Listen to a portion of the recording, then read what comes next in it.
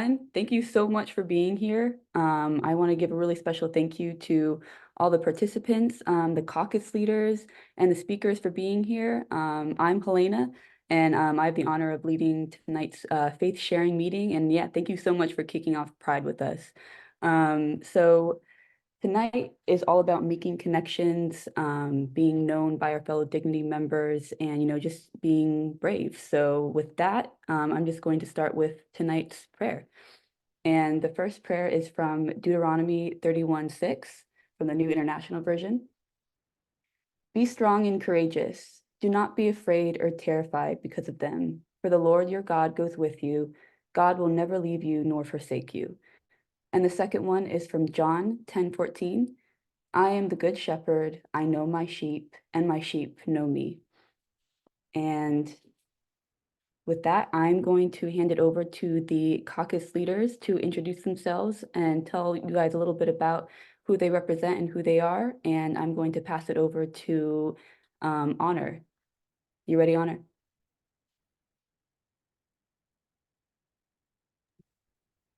Hi, everyone. My name's Honor. I'm from Long Island, New York. And the Caucus Women of Dignity started out as the Committee for Women's Concerns back in the day when Women of Dignity demanded a place at the table. And then we changed the name to Women of Dignity. And we have gathered together at conventions and conferences. We've had retreats. We still have Zoom meetings. And we feel like we're an important voice in the dignity message. So I'm so glad you all can join us tonight, and you'll hear more from one of our members. Sam? Nope, John. Thank you, Honor. I'm John Shum. I'm the facilitator of the Aging with Dignity Caucus, which was born after the 2017 National Conference here in Boston. At one of the workshops at that conference, we showed the film Gen Silent, which traces 4 narratives of older LGBTQI adults, seniors, and the challenges that they were facing as they grew older. Not only in the experience of aging, but aging as LGBTQI persons. So that was a standing room only workshop. And after that, it was decided that maybe we need to pay more attention to the issues that our older members are experiencing. And out of that came the Aging with Dignity Caucus. So we meet every 6 weeks via Zoom for about an hour. It's an open forum where people can come, bring and discuss the challenges that they are facing, or older members of their communities or social circles are experiencing. It's a place for us to share resources. It's a place for us to problem solve. And we've also undertaken a couple of projects the last couple of years too. Specific projects. We just finished this past year a major training with SAGE, and that training was meant to help us to sharpen our advocacy skills around obtaining and attaining culturally competent care for those in our communities. So we've been able to put some of those principles we've learned to work. And just recently at our virtual gathering, we had 3 speakers actually, who shared with us 2 stories from their own communities about their involvement with older members, helping them to face and to deal with the challenges that come with aging. This gathering tonight is the culmination of many conversations over the last couple of years. Maddie, you and I have had more than a couple of them here in Boston about the possibility of generations coming together to tell their stories and to hear one another, to listen to each other and be enriched by the experience. So this is exciting. We've been looking for this. We've been looking forward to this for a long time. And I'm so glad that the moment has arrived. Sam, I'll hand it over to you. Great, thank you, John. Hello, folks. My name is Sam. My pronouns are they, them. I, along with Maddie Marlett, who is on this call, co-facilitate the Dignity Young Adults Caucus. The Young Adults Caucus is a group to celebrate and affirm both our LGBTQ+ identities and our Catholic identities.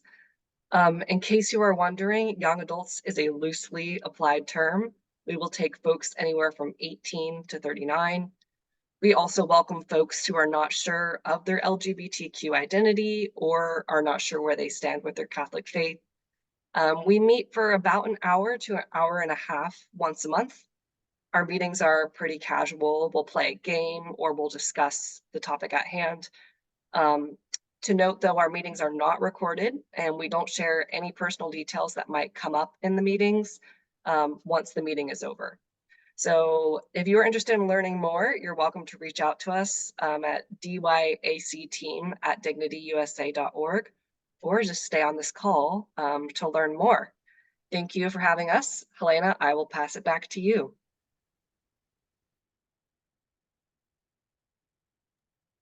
Thank you so much, you all. Yeah, and so like without further ado, this night is going to be mostly about a presentation with our three speakers, and the three speakers are going to be representing each of the three caucuses, and they're going to be talking a little bit about their coming out journey, their faith experience, and yeah, like I'll hand over the stage to our first speaker, who is going to be Carter Fahey from Young Adult. Hello, everyone. So my name is Carter. I'm a trans man living in Oxford, England. So if I look a little bit sleepy, it is because it's 1 a.m. here. And I am a Roman Catholic. So unlike a lot of queer Catholics, I did not grow up in the church. So I grew up in an essentially agnostic family in a small town in Northeast Ohio, Chagrin Falls for the Ohioans in the room. Where we maybe went to Christmas or Easter services at the local United Church of Christ. But even that, was mostly for the musicians, the social scene. So I was essentially, for my whole youth, a tabula rasa as far as faith was concerned. But, I did always feel that something was different about me growing up. And by the time I was about 13, I realized that I was transgender and that my sexuality was not the most straightforward thing in the world either. And this was not, particularly welcome news in a small town Ohio middle school. So I mostly kept it, within my friend group and went on with life the best I could. And being 13, I also spent quite a lot of time thinking about life, religion, the meaning of it all, normal preteen topics. And I decided that I was going to declare myself a pretty staunch atheist, despite my pleas to God that he would just let me be cisgender and not trans. So I was really searching for meaning. But God decided that I needed to learn to love myself as I was before I came into the church. So I spent the next 6 or I think maybe even 7 years learning to accept my identity as a trans man and live as my true self, despite the fact that I wasn't out to my family. So all the way through middle school, all the way through high school, through part of my undergraduate degree as well. But about halfway through my undergraduate degree in Boston, I finally managed to come out to everyone, come out to my family, everyone at school, everyone in my life. And I began living my quote unquote best life, as the kids say these days. But I was still searching for something. I think I was still lacking a little bit of meaning, and I was just grasping for something. I wasn't quite sure what. At some point around this time, though, I started questioning where I was standing with faith and whether or not I was actually the strict atheist that I had declared myself to be for the past 7 years. And I started feeling a really strong urge to go to Mass, which really came out of the blue, actually, as somebody who had absolutely no knowledge of the Catholic Church, except for that it was not supportive of trans people or queer people, and that I had grown up in a basically agnostic family. So very out of the blue. But there was a voice in my head or just some sort of feeling deep down that I should just go one time just to see what it was like. And that was already pretty confusing for me as someone who was an atheist. But to make things even more confusing, I was specifically interested in the Latin Mass. And even I knew, as someone who had no knowledge of the Catholic Church, that traditional communities tended to be even more conservative than the rest of the church. And, I told myself it was just my interest in the Latin language to make myself feel better about it, because I'm a classicist by training, so that's what I study. But looking back, I can see that I was really being called to the church. And I like to describe my experience as kind of stumbling into the faith. So I was essentially walking around with my eyes closed and my hands reaching out, looking for something that God was really placing right in front of me if I just opened my eyes. It turns out, and I hadn't known this, that I was already technically Catholic. I was baptized in the church and just no one had ever told me that. So after a large amount of research, I somewhat reluctantly, I will admit, showed up at the cathedral in Boston at 9:30 on a bright, sunny Sunday Boston morning. And I will admit that I almost lost my nerve. I walked in on a really large group of people praying the rosary, and I was just so intimidated as a newcomer that I almost turned right around and walked back out the door. Thankfully, I managed to persevere. And my first Mass was a very strange thing. It was this beautiful Latin high Mass with lots of incense and chanting and bells, and I had absolutely no idea what was going on the entire time. And I am positive that it showed. And to top things off, it lasted 2 whole hours, which is a lot. And despite the length and my cluelessness, and especially my skepticism about the Eucharist, I was very much confused about why we were making a big deal about bread. I had some sort of experience that I still can't quite describe almost 3 years later. And I hesitate to call it a spiritual experience, but it felt like I was touched by something just incomprehensible. And my soul was suddenly just overflowing. A switch flipped in my brain, and I was suddenly seeing the world clearly for the first time in my life. And everything had so much meaning that I had never seen before. And I just knew that I would never be able to undo whatever had just happened. So, in typical Carter fashion, I began to read. And I learned as much as I could about the faith and really began to integrate myself into the parish. Being a traditional Latin community, this was obviously a pretty conservative environment, but that did not put me off. And I quite quickly inserted myself into the core group of parishioners. I never really mentioned that I was queer.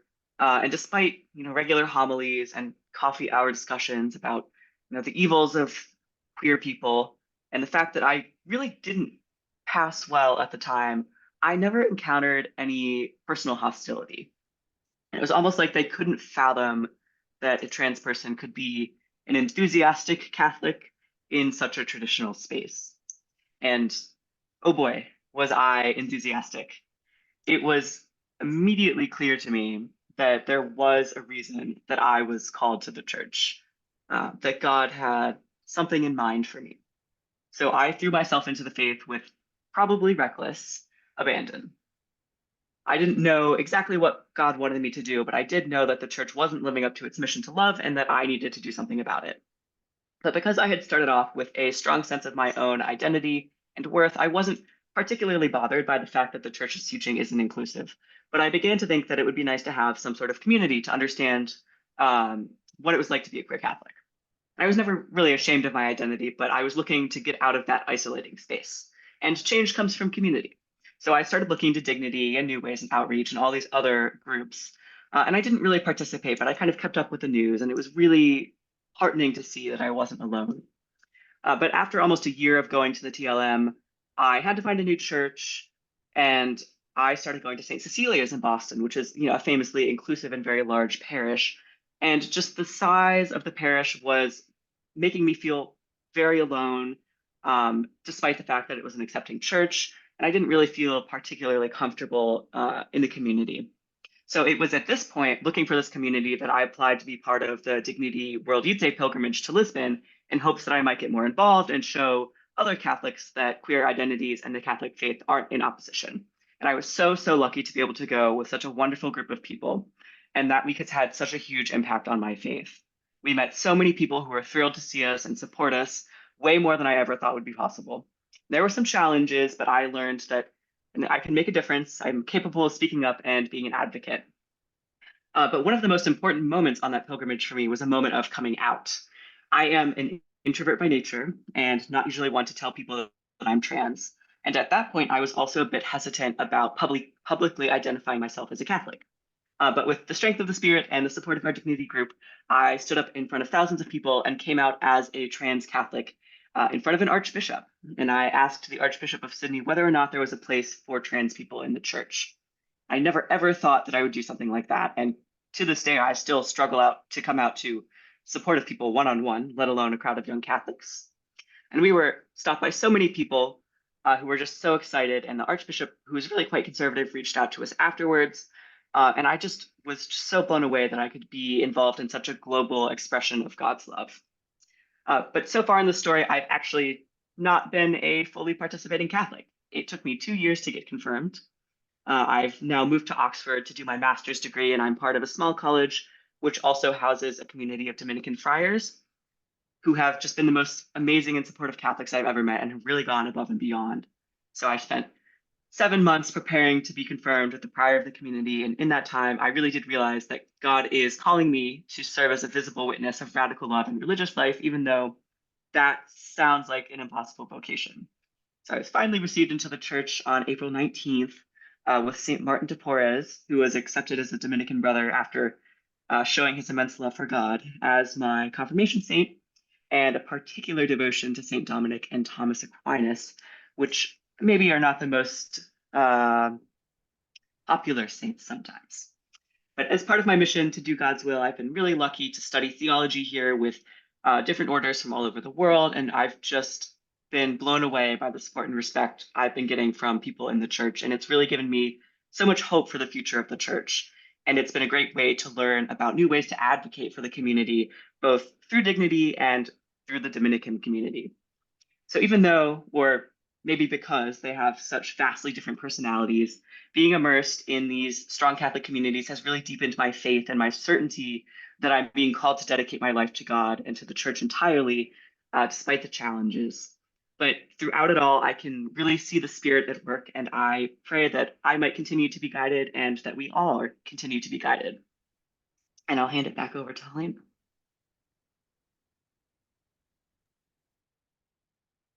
Thank you so much, Carter. That was amazing. I was so captivated like the whole time. So now we're going to hear from Deb Myers from Women of Dignity. So Deb, you ready?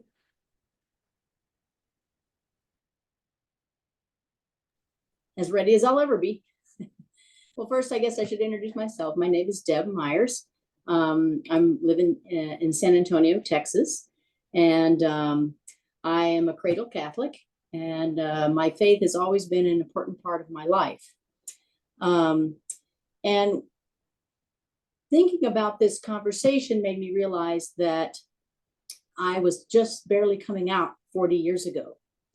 And in 1984, coming out was not an easy task. It often involved a lot of angst and stress to determine who to come out to and maybe the proper timing to come out. And I feel like I've been coming out ever since. So it's a process. It's a continuing thing. I think it's different for me now than it was then. Anyway, I had just graduated from college and had moved to San Antonio to start physical therapy school. And about 6 months later or so, my mother came to visit me for my birthday. And while she was here and when I was at work and at school, she went through my things and found out that I was a lesbian. She didn't confront me at the time.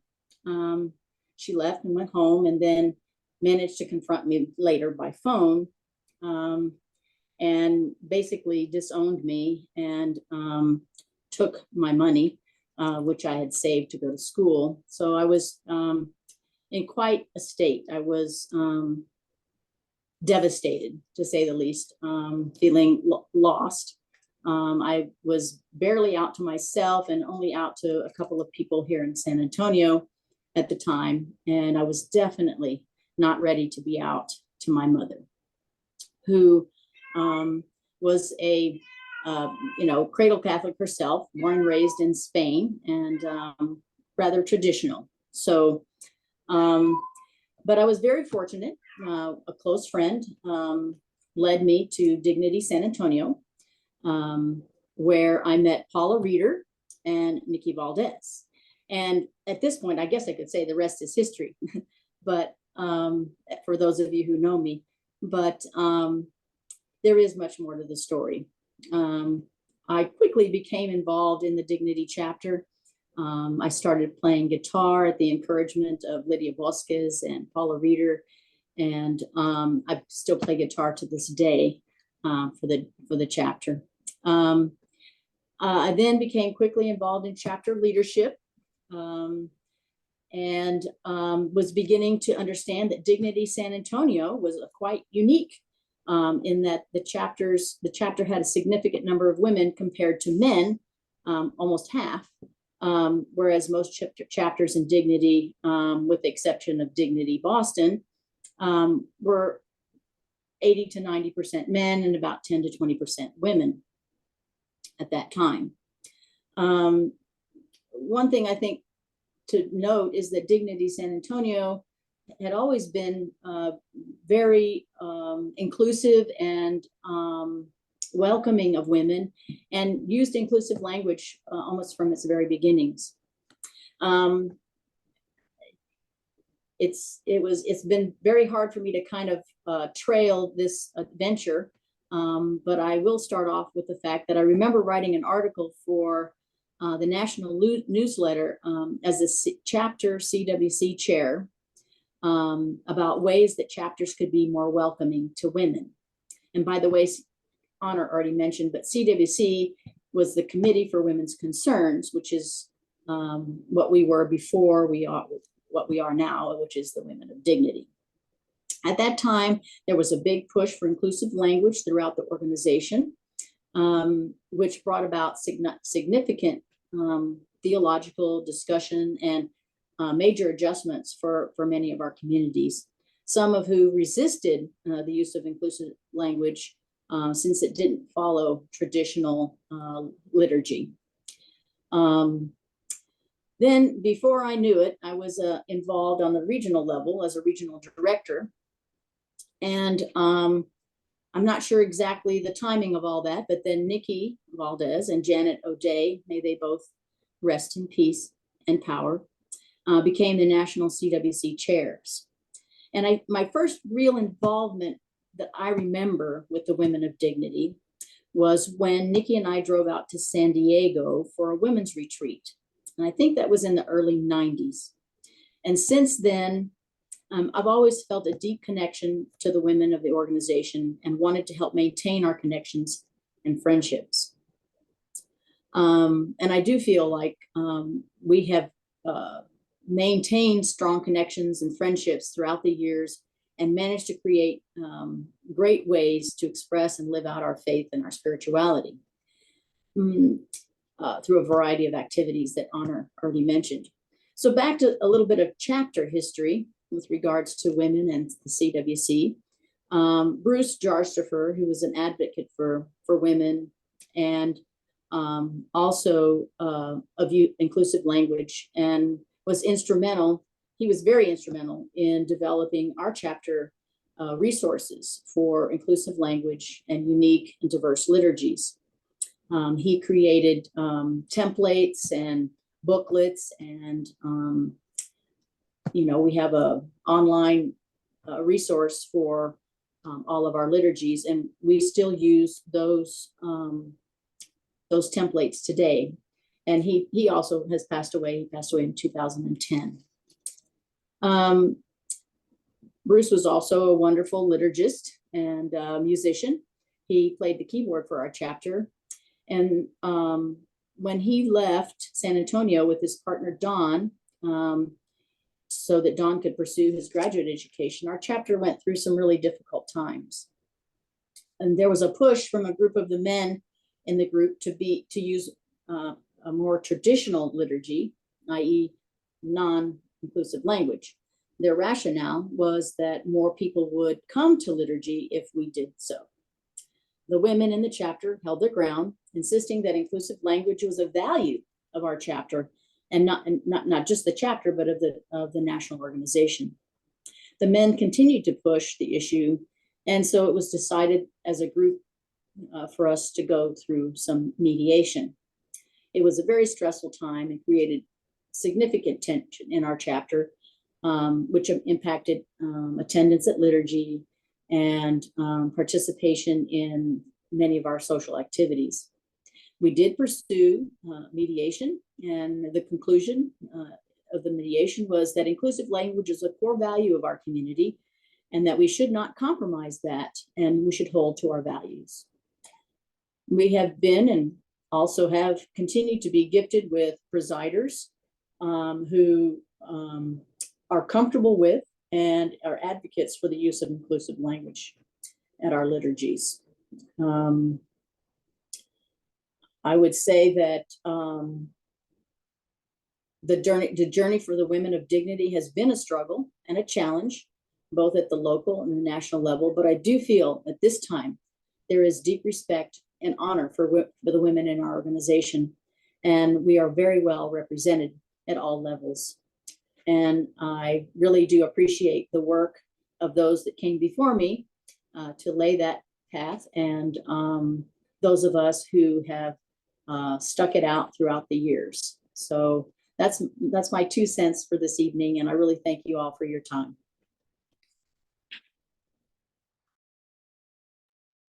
Thank you so much, Deb. I feel like I learned a lot, so thank you so much for that. By the way, just a last- little 2 cents. It would be great if we could put together a history of the CWC, because I was kind of looking on the national site and it doesn't look like there's much there. So maybe that's a project. Okay, I'll keep that in mind. Okay, so last but not least, we're going to hear from Mark Matson from Aging with Dignity. So go ahead, Mark.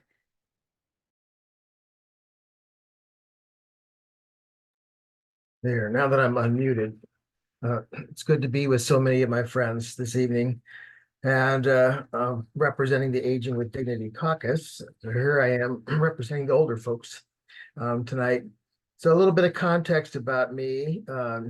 Next month, I'll celebrate my 69th birthday, heading up towards the big 7-0. My gender identity, I'm he, him, I identify as a gay man. I'm single. And my faith identity is I've really kind of transcended my Roman Catholicism. And so I consider myself a follower of Jesus Christ. And right now I'm kind of beginning association, interestingly, with a congregational church. So Carter talked about starting with congregational and moving into Catholicism. I've spent most of my life as a Roman Catholic with 20 years of Catholic education, including a master's of theology. And here I am kind of moving beyond that. I live in Columbus, Ohio, but I was born and raised in Denver, Colorado. And I'm going to tell just a few little vignettes of my life to kind of give you a context of my experience of growing up gay and Catholic. And the first one is when I was in grade school around 1969, I think I was around age 13, was my first crush. And I realized that my body was not behaving the way it was supposed to, because I listened to all the other guys talking about how they were kind of their sexual awakenings, and mine was very different. I wasn't sure what to do with it. Sex education came along in the school, and then I got a real clear idea of the way it's supposed to work. And I knew very clearly then that I was different somehow.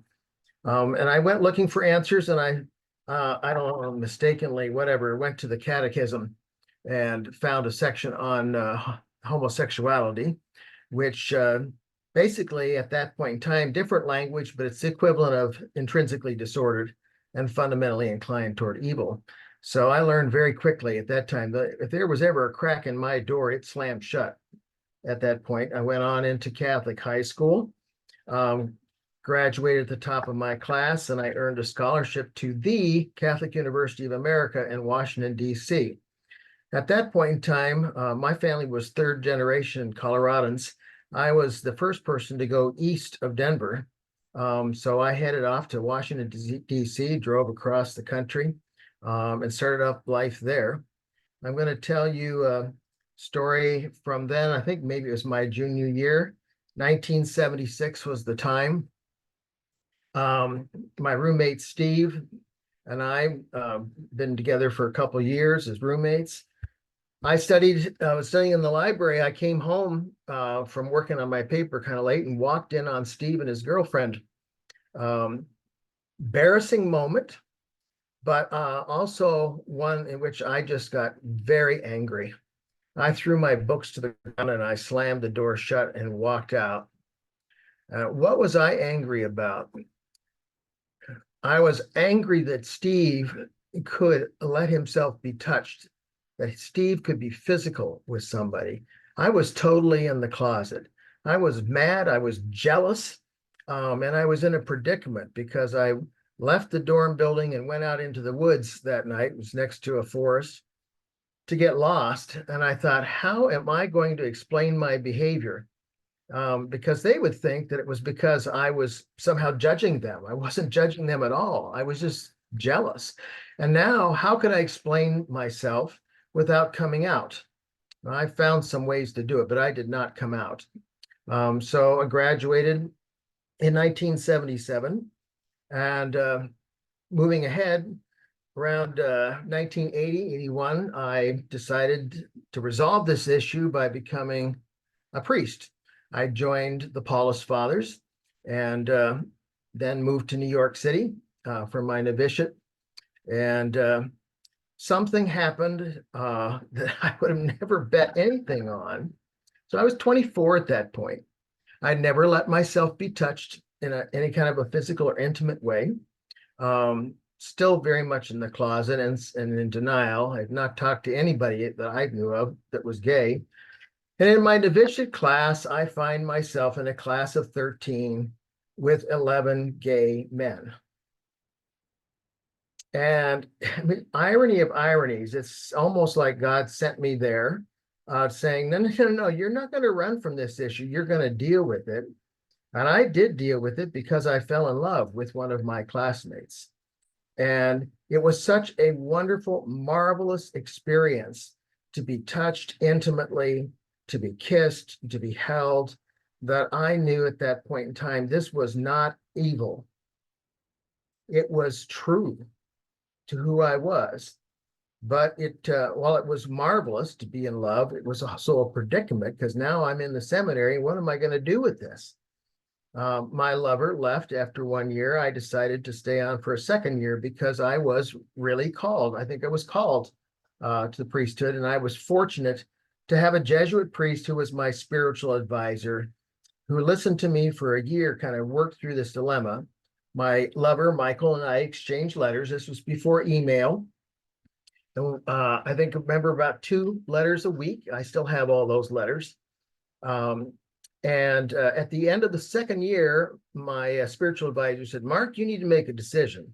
Enough waffling here. It's not fair to you. It's not fair to Michael. It's not fair to the Paulist Fathers. So you need to make up your mind. That night I went off into the chapel, which was a huge kind of place. It was dark. All there was the sanctuary candle. So it's kind of Jesus and I. And I had this conversation where I asked for guidance. I said, just please show me what your will is for my life. And this is what came to me. I've never forgotten it. Just as clear as a bell, his voice said, Mark, I don't care what you do. I don't care if you're a priest, a plumber, a politician, a policeman. It was all P's. I didn't know God was into alliteration. And then it continued, I don't care what you do. All I care about is how well you love others while you're doing it. I know that voice wasn't mine because it didn't solve my question.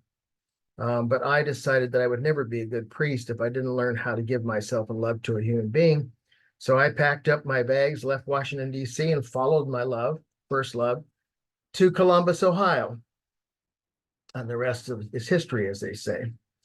So Michael and I were together about 7 years. I worked for the Diocese of Columbus for 4 years in the high schools, and I had to leave after 4 years because I was threatened with exposure by a priest in the diocese, and I couldn't risk that because at that time, that could have been the end of my lover's career. He was assistant superintendent of the Catholic school system.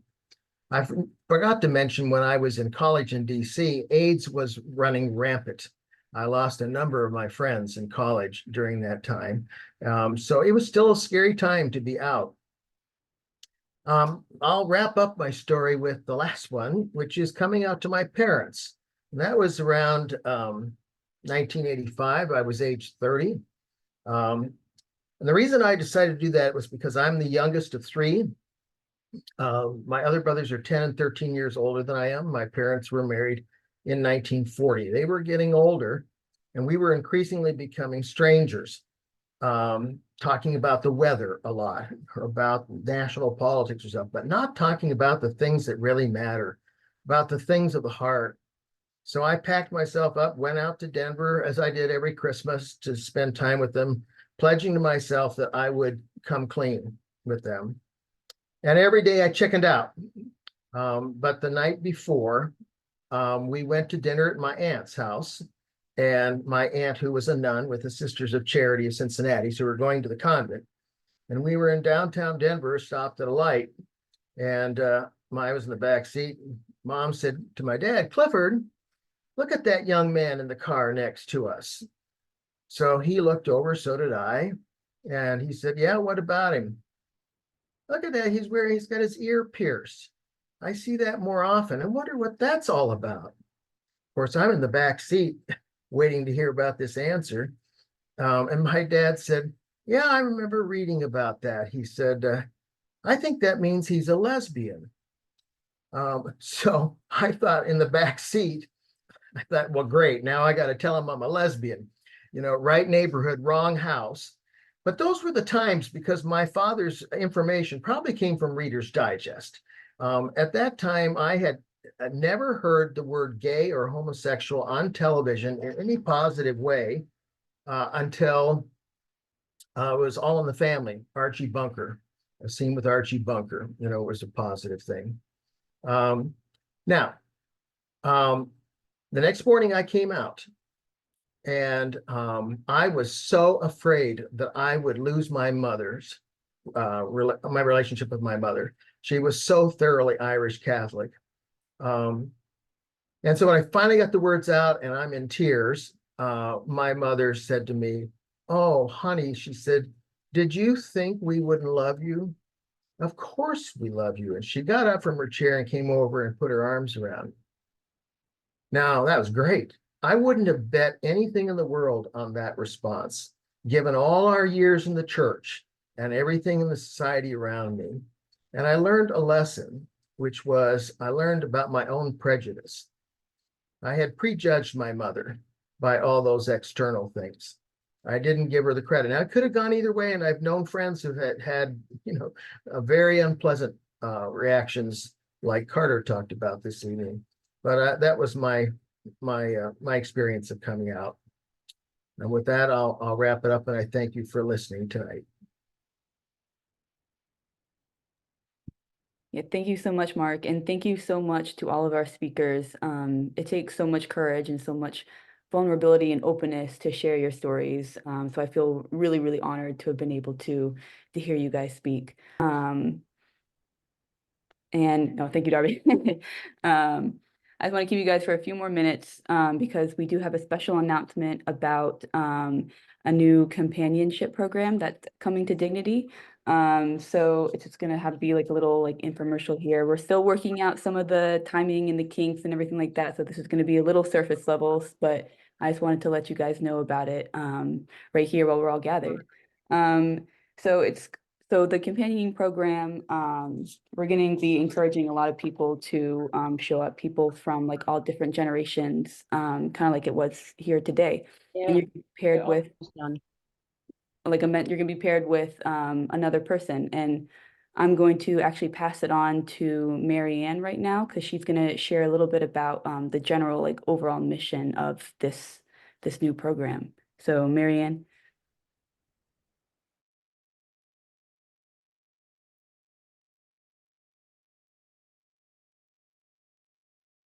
Okay. Thank you so much, Helena, and everybody. This has been a deeply powerful experience of hearing the three speaker stories and then reactions in this small group. I hope everybody has felt that. For me, I'm left thinking a lot about the invisibility to visibility path that we have all been on for so long. And really, thank you to our speakers and caucus leaders for setting this up, and to Helena and Darby for their efforts in getting this event organized. And we definitely want this to continue. As Helena said, we have heard from many, many people that the intergenerational nature of many dignity communities is one of the things they really value about our movement. So in the next couple of weeks, we are going to be reaching out to the whole Dignity community, both people who are here for this event and to everyone else, to offer the opportunity to be part of a pilot program of cross-generational faith and identity sharing. And we are thinking about this as a spiritual companioning project. We're going to be asking people who are interested in this program to fill out a very simple questionnaire that gives us a little bit of information about them, about their age range, how they identify, and what they would hope to get from this experience. And then try to match them up with someone from a different age bracket who is looking for a similar type of experience and who wants to connect in similar ways. And then we're going to encourage them to embark on about a 4-month period of occasional conversations. We'll be providing a timeline, some prompt questions or topics for you to consider, and that we hope will get the pairs, or in some cases, maybe triads, started. And contact information about how to reach out if you have questions or if something's not quite going great. So we hope to reach a good cross-section of the Dignity community and to find out if this is a program that is worth repeating. So as Helena said, stay tuned for more information. We're hoping to get the program outline and registration materials out within the next couple of weeks.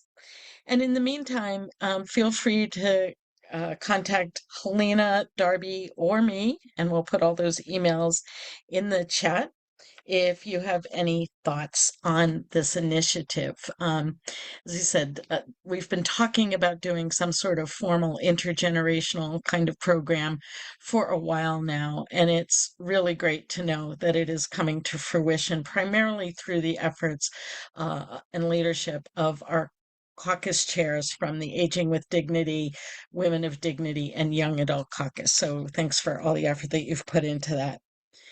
So again, on behalf of Dignity USA, I would just really like to thank all of you for being here at this session, for sharing, for listening deeply. And again, many thanks for our speakers for their courage and honesty in telling a little bit of our stories to kind of model what it might look like to engage in some of this dialogue. And again, to Darby and Helena and our caucus coordinators for all the work that they put into visualizing and then actualizing this event.